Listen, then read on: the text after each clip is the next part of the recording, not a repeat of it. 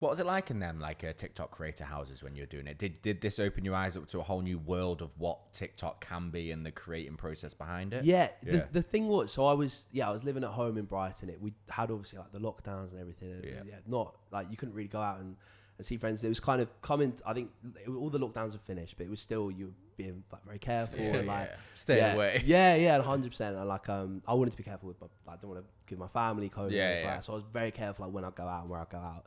And this opportunity to go into a house in Dorset, this huge like country house, like, it was incredible. They had like a swimming pool, like an outdoor swimming lake, which I went like, I bought a little snorkel and went like, they'd be like, "Where's Morgan?" I'd just be there like, just see a little shark fin in a snorkel. Yeah. But and then there were amazing creators I was in there with, and it was so great as well because we could like make videos that I couldn't have done by myself. So Squid Game was popping at this time. Like that was the biggest like trending thing. And me and Ollie El Burrito on TikTok, he does incredible cooking videos. Like he just makes like unbelievable. You watch him and be like, I want to live with this guy. Like, but we did like the world's biggest Squid Game cookie. So we did the sugar and melted it. And we did it. We had this big table, laid out all the tinfoil, just made it absolutely massive.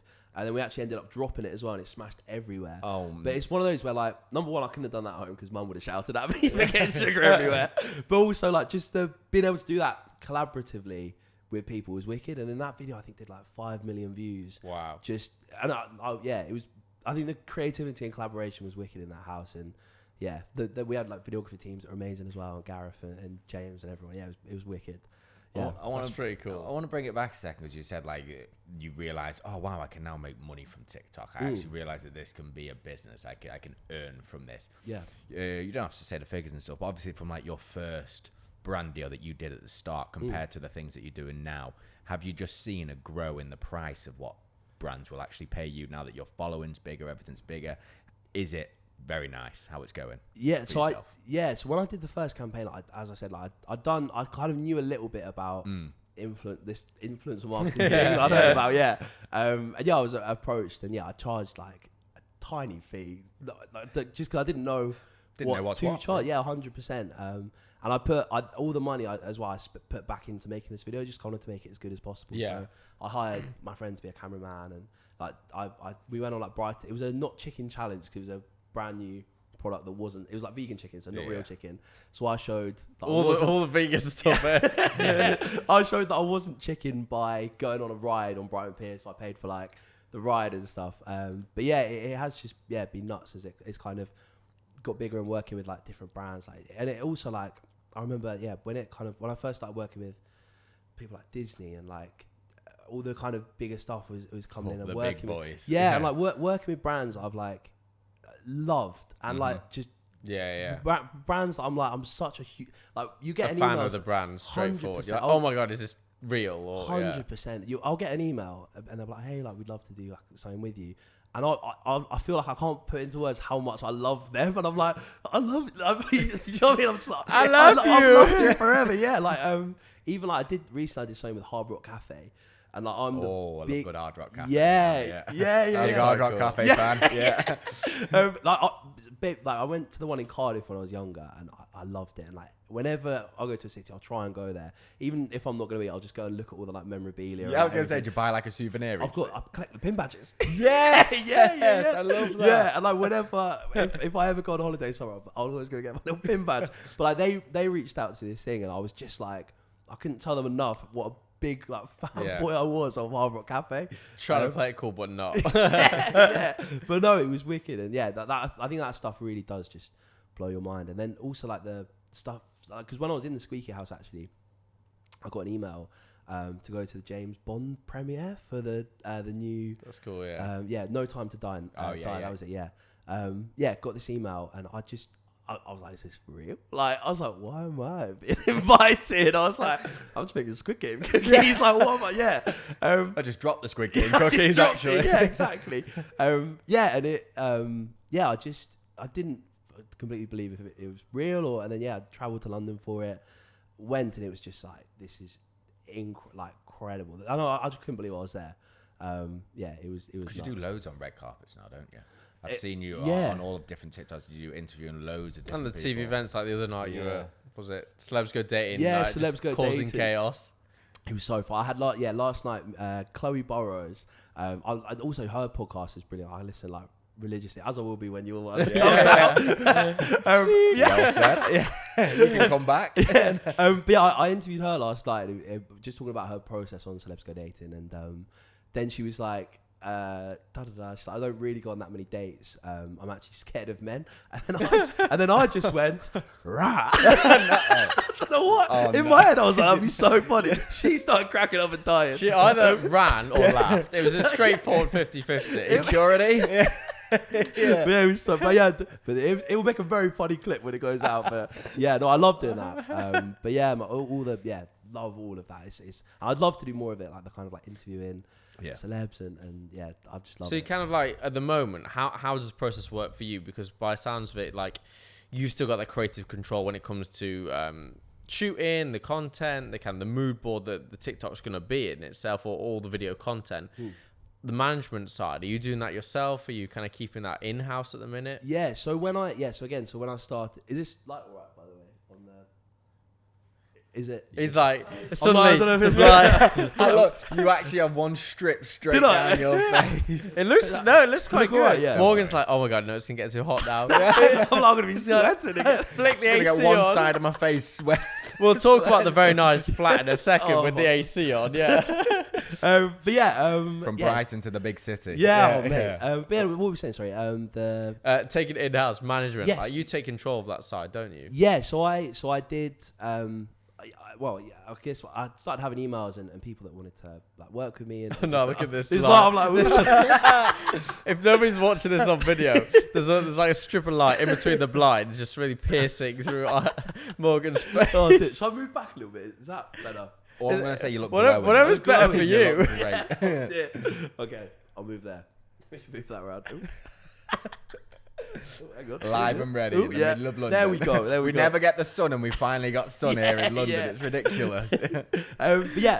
So I and that was the thing as well, because like the job I'd been doing was editing videos, and it was all very creative, and admin was one thing I wasn't so good at. But yeah, so I was doing all my own emails and replying to everyone and working with brands directly, and then it just got to a point where I just felt a bit out of my depth. So yeah, reached out to a couple of like management companies, had a couple of discussions. I've had management since last October, which has been amazing because it means that I can focus on all the creative stuff and all the bits I love, like creating the videos. I think it's just like important, as you said, you kind of feel out of your depth. Like at school, like you've never been taught like a simple thing, how to write an invoice, how to say format an email correctly, like 100%. The intro, the exit, how you should kind of close it, or just simple thing like deal memos. Like it's something that you think is so valuable in life because you're gonna get a job, you're gonna have to write an invoice, you're gonna have to work out what a paycheck is, but in reality, you're not taught that at school once, ever. Or it's crazy. How to sort of choose the money that you should be getting paid for doing what you're doing. All of these. But that's on a personal level. But like writing an invoice, like for any job, that's just going to be there. National insurance number, things like that. They get taught in school at all. Yeah, it's what like the invoice, and I was okay with, because I used to like do weddings and stuff as well. So I kind of learned how to do an invoice from that. So I could have a little template and do that. But it was more the emailing and doing the whole lingo. Hello. And all the hey, I'm Morgan, I'm really happy to do the brand, and pay me a bit of money, please. And all the really corporate words that are like, oh, how about EOD? And I'm Googling, I'm like, what does EOD mean? Exactly. Look forward to your reply. Thank you. Happy Friday. Yours sincerely. Exactly, just try. Sorry, I had to try and learn, but I'm loving being able to focus more on the creative that freedom side. And I think having a manager is great as well, because you sometimes need a middleman between you and the brand. Because if it isn't something you agree with, I'm a bit of both. I'm on that side. I mean, it's 50-50, but you do need to sometimes have a middleman, because you don't want to say, no, I'm not doing that, guys. That's absolutely ridiculous. And one, you're not paying me enough money. You can't sometimes be the person to say that, because you can come across I think bad. you can. You need just the put middleman it in black and white and talk to them. Yeah, you can, but sometimes you got to have that fine line if you're trying to be the person they're wanting. You know? I do get what you mean. You can't I'll give that one act like an absolute beep head. That's what we'll say. You can't act like that. So I find a middleman is good, and a manager, like you said, it protects you a little bit, and then you can focus on what you enjoy, creating, 100%. Having fun, doing things like that. Okay, so we're sat here in this epic flat in from Brighton to London. The wrong side of London, in my opinion. We had to drive quite a way in East London, but no, making that move. How hard was that? Being saying, okay, I'm in Brighton, like a lot of YouTubers there, very creative, very inspiring actually. To then come to London, like, what was that decision? How did that happen? I think the thing was, like, I'm so grateful to have been brought up in London. In Brighton. He's a Londoner now. He actually lived there all his life. So grateful to have grown up in Brighton, because it's such a creative, like, incredible, like, it's place. Cool, right? It's cool, really cool, and like, especially with, I think, my music, like, being able to just go, like, you don't need a busking license in Brighton to go out and busk, so you can just go and set up anywhere. Like, it's very, like, just. Do you still do busking and stuff? No, I did it. I started when I was 14, and then I stopped when I was about 17. So I think. I remember it was raining one time. I was at Brighton Station. Busking career is done now. It was just raining, and I'd sung, like, Thinking Out Loud by Ed Sheeran 19 times, and I was like, I can't do this anymore. And that's when I then went in and started doing more of the video stuff and stuff like that. But so I loved Brighton, loved being there, and because of the job I was doing before with editing for people, I kind of had to be in Brighton. And then when lockdown happened, and I was just in my bedroom editing, like, my TikToks, and I was doing, like, work for people as well. It was kind of, I was happy there, and it was really good, and, like, I loved, like, it was fine living at home. And then when I lived in the house, that was my first time kind of moving out, because we were there for a month in the squeaky house, the content house. And I was like, oh, this is wicked. Like, living with, like, friends as opposed to like, your family is very different, and it was just really cool to be surrounded by creative people. You could do all the things that you shouldn't be doing.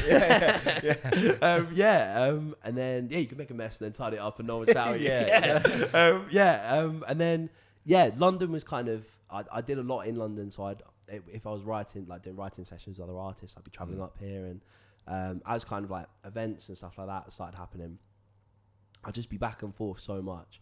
And then, because the last train for Brighton's at about, I think it's like 2 minutes past midnight.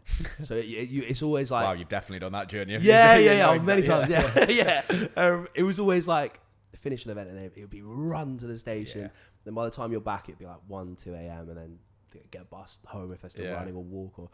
So it was kind of one of them I was like, I think the time has come to move to London. So my friend George also was looking to move, so the two of us had a look around. Like, we came to London, but we just go to, like, Oxford Street or like something like that. Into Central, and then back to Brighton. Exactly. We didn't know, like, the areas or anything. So we spent 4 or 5 months just looking at places, and it was just nuts. Then finally found this place, and love it. We've been here about a year and a half now, I think. But was that a massive, like, step for you? That was that quite a big? Well, obviously it's expensive to move to London, one side, but also it's like, that's a commitment now. You're like, okay, we've made a proper commitment. 100%. It was. I think because I'd never moved out as well. I didn't go to uni either, so there were friends that had gone off to uni and had, like, lived away from home. But it was my first time, and also, like, when I first moved to London, I wasn't even 100% sure if I could afford it. Like, it was one of those where I was like, every month I'd be like, taking the risk. Did you have to do a set amount of months in the place? So George was able to pay, like, some of it up front, and then I pay him back. It was one of those that, like, the first year I was not worried, like, oh god, but a little bit. I was like, that was like when I did my flat. I was like, if I didn't get the job the next week, I was screwed. End of. And, like, a bit panicky now, think about it, but I didn't worry at the time. I don't know why. No, but I think it was definitely like a driving. I was like, I need to just keep working as hard as possible to kind of make this work so I can live in London. I think also London also brought a lot more opportunities, because I was able to actually do more and go places. Because when I was in Brighton, if there was like a pop-up or something like that, the events are more regular. It would be, you'd have, like, the the bus to the station and the train. So it'd be like 4 hours, I think, there and back. And that ends up costing quite a bit of money if you're coming back and forwards as well. It's burnt money, really. Yeah, 100%. So now he doesn't see his parents because he can't afford to. But I think, but also turns into a real sad story, actually. This, There's no happy ending here. No. But also, like, it's that thing of like you meet people where you'd never think you'd meet someone at something. So you might go to something, or like even how me and AJ met. Like 100%. Like we met on a Virgin Voyages cruise. Influencer there. That's the party cruise, isn't it? Yeah. It's pretty cool, actually. Me and AJ were cutting shit. We're having So just one more time, can you show us them shapes? Cutting shit. No, I was in one of his TikToks. He was running. Morgan was like, yes, we've been here for what, like 5 days a week, I don't know. And he was like, yeah, I haven't done any of the TikToks I was supposed to do. And it got to like the last day. He was like, so I'm going to run around the ship, film in each section. Can you just stand here? I'll do a dance with you for 2 seconds and then I'm going to run off again. I was like, cool, sounds good. Yeah. And then the TikTok 5, 6, 7, 8. He actually got Richard Branson in the pool. Because it was good. Because we got invited to this. Yeah, the Virgin cruise. It was incredible. The launch. Yeah, and what was it? The Valiant Lady. The Valiant Lady. That was that was the one. The ship's name. Yeah. Blimey hell. Yeah, I think she did great food. I think we'd heard rumours that Richard Branson was on the ship somewhere. Yeah, he was on off or something. Yeah. And we didn't think we'd meet it. Did you? I didn't meet him. You didn't? Oh. I think I was eating the food. Oh, because I can't remember who I was with, but we just heard this like thing over the tannoy being like, please can all staff members come to the deck to get a picture with Richard. And we're like, there's only one Richard that they're talking about, surely. So Richard? We run up there, and then all of a sudden Richard Branson's on there, and we're just like, no, this is crazy. And then he like jumps in the pool, starts dancing, and it's just him in the pool. Yeah. And then he's kind of like, get in, everyone. He's chaos. And, I was going to say, what's he like? Yeah. Oh, so all I did, I just danced next to him and gave him a fist bump. That's it. I don't actually really properly meet him. Mate. Yeah. It's like, somebody film, quick, I need the angle. Yeah. But no one was jumping in the pool. So then in my head, I was just like, this would do really well on TikTok. So I was like, go. So I just took my shoes off, jumped in. Yeah, especially when you decked it. Yeah, imagine. But just crazy. And then, just dance with him. But then we did that video and that's how we met. Yeah, I remember us getting pizza as well together. Yeah. They do good. Oh, pizza in the night time, with the ice cream bar. Yeah. That was the only thing that's open after like after a load of drinking, then a little bit of pizza just to sober you. All that aqua, all that water, all of that. Yeah, but no, that was wicked. But that's the thing. Like, if I hadn't have done that, but I had the opportunity come up, then we wouldn't have met. We wouldn't be here. Like, we wouldn't have met. Like, it's crazy. Yeah. Just before you go anywhere, we just want to say thank you very much to listen to Freedom Impact Trust. We love your reviews, so please do leave them because it helps other people find us, doesn't it, Curtis? Yes, it does. As AJ said, comment, like, subscribe, share it with a friend, share it with the entire world. Let everybody know that this is the podcast that you guys are listening to. And jot down some comments of any financial advice that you want or any questions. We'll be happy to answer all of them at the best of our knowledge. Thanks again for listening, guys. We hope you've enjoyed it and we love you all. Yeah, we just want to thank our sponsors, FINT, the financial investment app, where you can invest from as little as £50 a month. Yes, Curtis, £50 a month. So easy. I like it. And don't forget that it's all within 3 portfolios. Simplicity. It's easy. Get investing, guys. Have a great day. See you later.